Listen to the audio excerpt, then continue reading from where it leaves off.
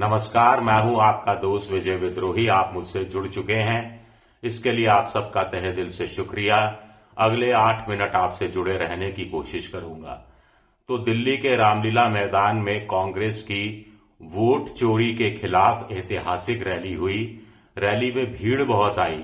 राहुल गांधी और प्रियंका गांधी और मल्लिकार्जुन खड़गे का भाषण सुनने का बाद इसी निचोड़ पर पहुंचा जा सकता है कि राहुल गांधी ने तय कर लिया है कि जातीय जनगणना के बाद, संविधान बचाने के अभियान के बाद, आरक्षण बचाने के अभियान के बाद अब वोट चोरी को एक मुख्य मुद्दा बनाना है और ये जनता की लड़ाई है। जनता के बीच में जाकर जनता के सहयोग से ही लड़ी जानी है।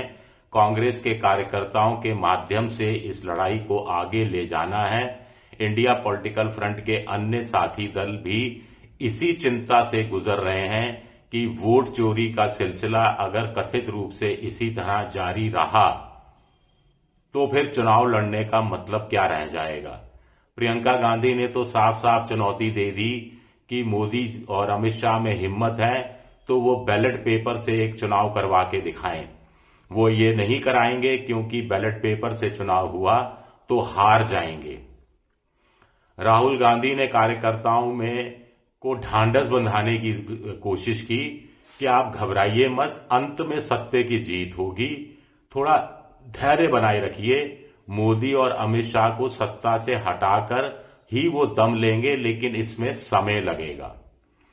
मोटे तौर पर राहुल गांधी और प्रियंका गांधी, मल्लिकार्जुन खड़गे, कांग्रेस के नेता इस बात पर इंसिस्ट कर रहे हैं कि देश की जनता में ये मैसेज जाए कि जनता चुनाव आयोग पर, मोदी सरकार पर दबाव डाले कि भाई 2 मांगे मान क्यों नहीं ली जाती। आखिर चुनाव से 1-1.5 महीने पहले जब अंतिम वोटर लिस्ट तैयार हो जाती है तो मशीन रीडेबल वोटर लिस्ट सभी राजनीतिक पार्टियों को क्यों सौंप नहीं दी जाती?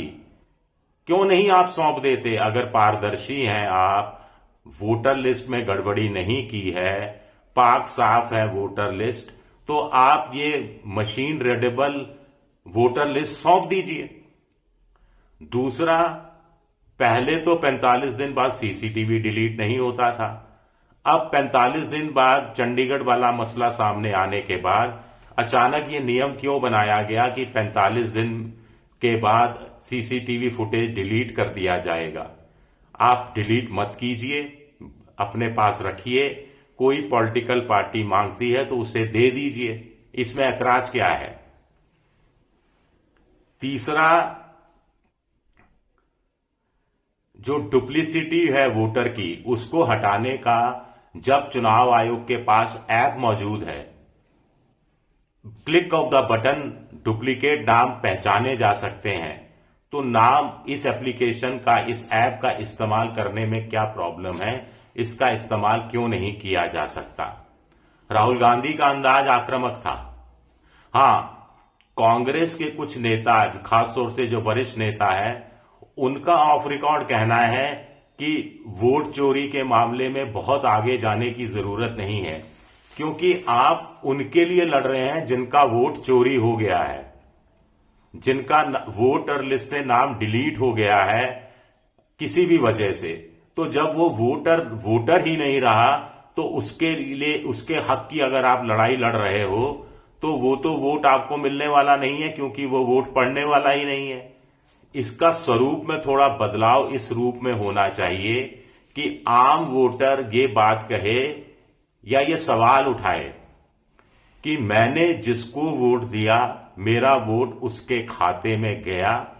और दूसरा, ना केवल वोट उसके खाते में गया बल्कि गिना भी उसी के खाते में गया। यानी वोट दिया जिसको, उसको मिला और उसके खाते में वो संख्या भी जुड़ गई वोट की। ये विश्वास चुनाव आयोग कैसे दिलाएगा? इसकी आड़ में सारा खेल खेला जा सकता है।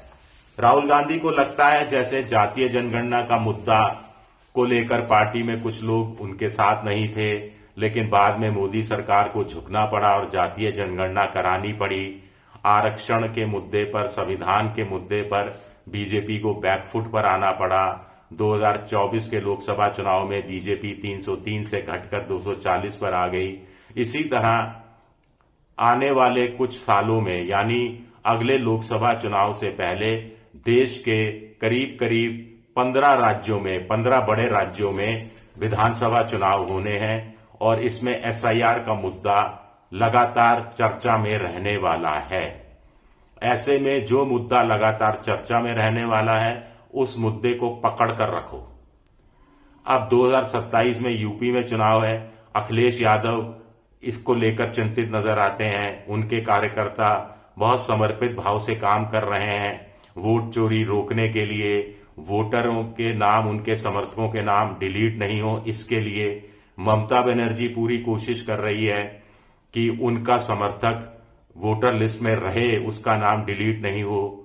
अभी खबर आ रही है कि 58 लाख नाम पश्चिम बंगाल में काटे जा सकते हैं, लेकिन मुर्शिदाबाद और उसके आसपास के नादिया और उसके आसपास के जो मुस्लिम बहुल लोकसभा सीटें हैं, वहां पर वोटरों के डिलीशन 4%, 5% ही हुआ है, जबकि कोलकाता जैसे शहरी इलाकों में 24-25% से ज्यादा वोट डिलीशन की बात आई है।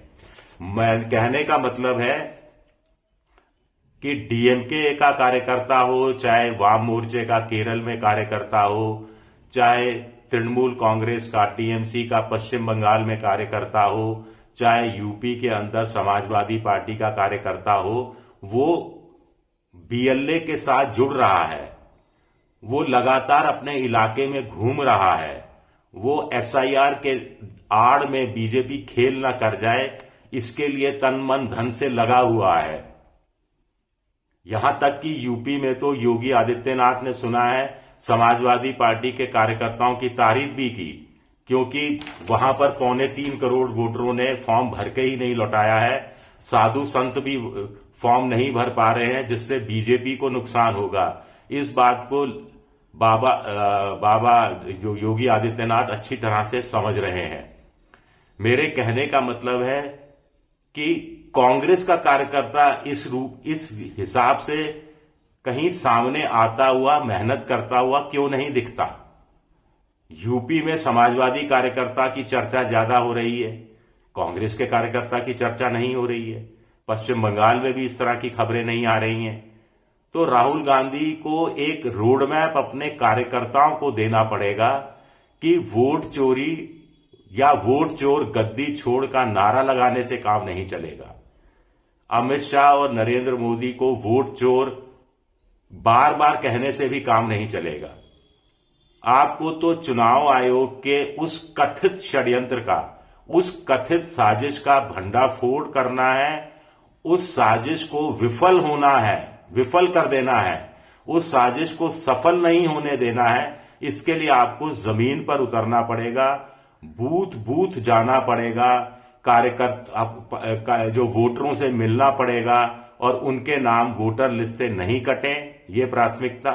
कट गए तो वापस जुड़ जाएं, ये दूसरी प्राथमिकता होनी चाहिए।